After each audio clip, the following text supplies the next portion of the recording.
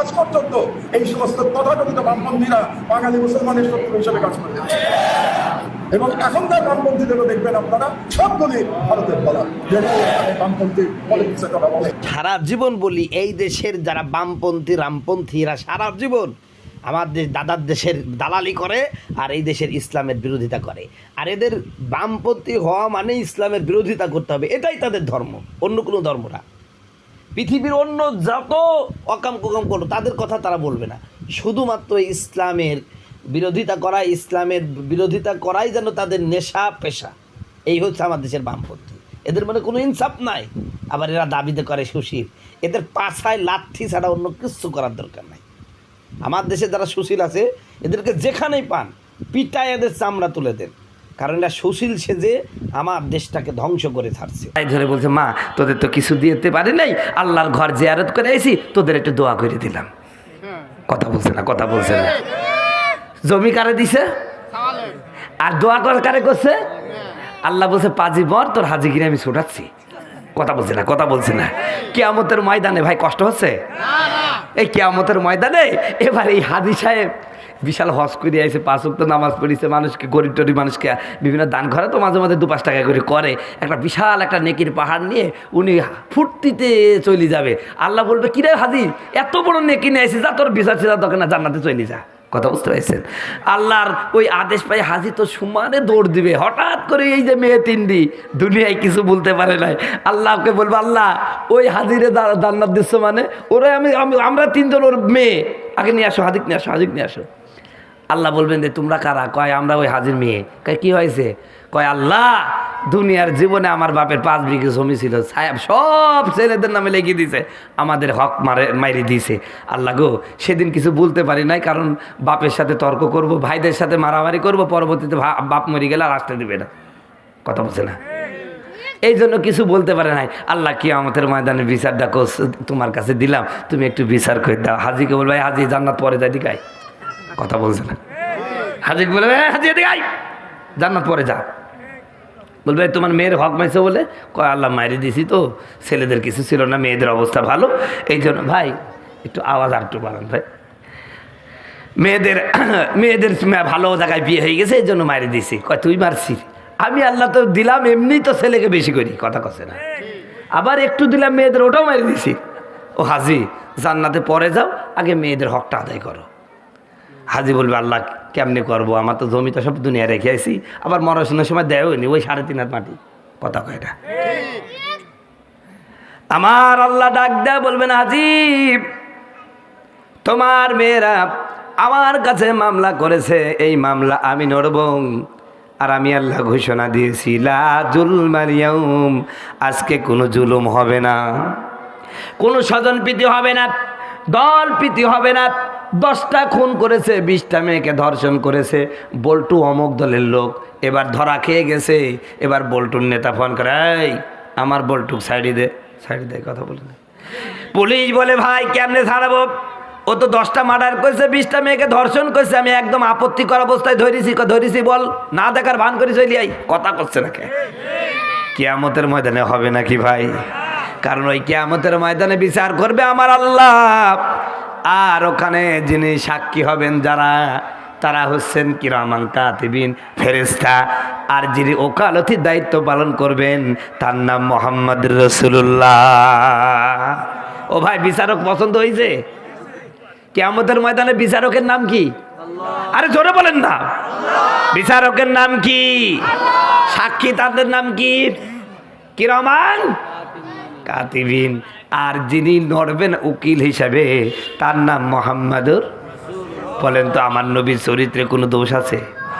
যারা বলবে নবীর চরিত্রে দোষ আছে ওদের জন্মে দোষ আছে। কথা কচ্ছে না, কথা কচ্ছে।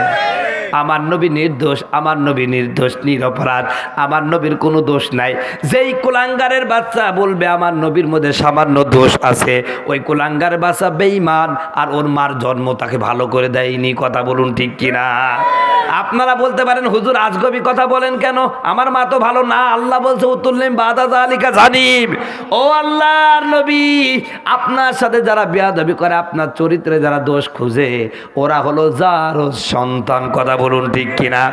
এই আয়াতটা যখন নাজিল হলো কার ব্যাপারে জানেন তো? ওলীদ ইবনে মুগীরা। ও মনে করেছেন আপনি জাতামাতা মানুষ, না না, আজ বর্তমান হজ যারা করতে গিয়েছেন তায়েব শহরে গেছেন নাকি? এই তায়েব শহরের মালিক ছিল, পুরা তায়েব শহরের মালিক ছিল ওলীদ ইবনে মুগীরা। কিন্তু আমার নবীর সাথে বেয়াদবি করল, আমার নবীকে অপমান করেছে, নবীর মুখে থুতু মেরে দিল। জোরে বলেন নাউজুবিল্লাহ। আমার নবী দু চোখের পানি ছেড়ে দিয়ে কাঁদতেছে, চোখের পানি ছেড়ে কাঁদে। আরে আজ আমার চাচা নাই, আমার বাবা নাই, আমার মা নাই। ওলীদ ইবনে মুগীরা আমার শত শত মানুষের সামনে আমার মুখের উপরে থুতু মেরে দিল। নবীর দু চোখ যে বেয়ে বেয়ে পানি পড়ে, আমার আল্লাহ তা সহ্য করতে পারলেন না। আমার নবী তখন, আমার আল্লাহ যখন এটা সহ্য করতে পারলেন না, নবীর চোখের পানি জিবরিলকে ডাক দিয়ে বলেন, ও জিবরিল, আমার নবীকে জানায়া দেন, ও নবী আপনার সাথে যে বেয়াদবি করলো, এ বেয়াদবি করারই লোক, কারণ এর জন্মটা ভালো না, এটা হলো অবৈধ যার সন্তান।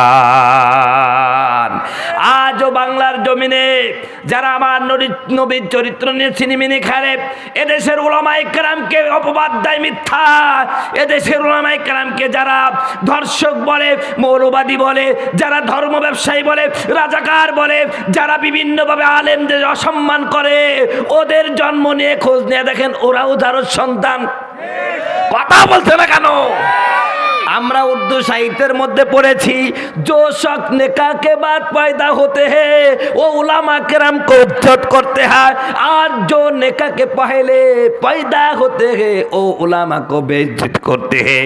যার জন্ম নেকার পরে হয় ওই লোকটা আলেমদের ইজ্জত করে, আর যার জন্ম আইন নেকার পূর্বে, বিবাহের পূর্বে হয়, ওরা আলেমদের বেইজ্জতি করে। কথা বলুন ঠিক কিনা? আলেমদের বেইজ্জতি করো আর বেয়াদবি করো, আলেম ছাড়া কোনো উপায় আছে নাকি? জোরে বলেন আছে নাকি? হুজুর ছাড়া তোর জানাজা, হুজুর ছাড়া তোর জানাজা কেউ পড়বে না, হুজুরে ছাড়া তোরে দাফন দিবে না। কথা বলুন ঠিক কিনা? আরে যারে সারা জীবন করলি রে তুই যে হুজুরকে ঘৃণা, সেই হুজুরকে লাগতে পারে সেটা ভাবলি না। ও তোর মা বাপ যাবে যখন এই দুনিয়া ছেড়ে, তখন কিন্তু আসতে হবে টুপিওয়ালার কাছে। কথা বলুন ঠিক কিনা? এবার বাস্তবতার নিরিখে আসেন আমার ভাইয়েরা, আমাদের 2020 সালেই তো নাকি করোনার হামলা দিল। কয় সালে? 2020 সালে। এই করোনার কারণে আমরা দেখেছি কত সোনার ছেলে তার সোনার বাপকে ছেড়ে চলে গিয়েছিল।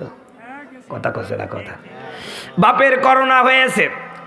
ওই যে নোয়াখালী লক্ষ্মীপুরের ঘটনা আপনারা জানেন, একটা বাপ দীর্ঘ 20 বছর যাবৎ সৌদি আরবে থেকে তার স্ত্রীর জন্য 3 তলা বাড়ি করে দিল, ছেলেদের জন্য 3 তলা করে বাড়ি করে দিল, মেয়েটাকে কত সুন্দর জায়গায় বিয়ে দিল। পরিশেষে যখন ওই লোকটা আমার ভাইয়েরা এই গ্রাম দেশের বাড়িতে বেড়াতে আসলো, আল্লাহ তাআলার কি কুদরত, কি রহস্য, ওই লোকটা বাড়িতে আসার পরে যখন করোনা হলো, আমি নিজে বলতেছি তখন পত্রিকায় পড়েছিলাম, আপনারাও জানেন ঘটনাটা ভাইরাল হয়ে গেছিল। যখন করোনা হলো একটা রুমে আটকায় দিল, ওই লোকটা পানি পানি করে চিৎকার করে, তার স্ত্রী তার কাছে যায় নাই। কলিজার টুকরা মেয়েটা বাবার এই চিৎকার শুনে 1 গ্লাস পানি নিয়ে যখন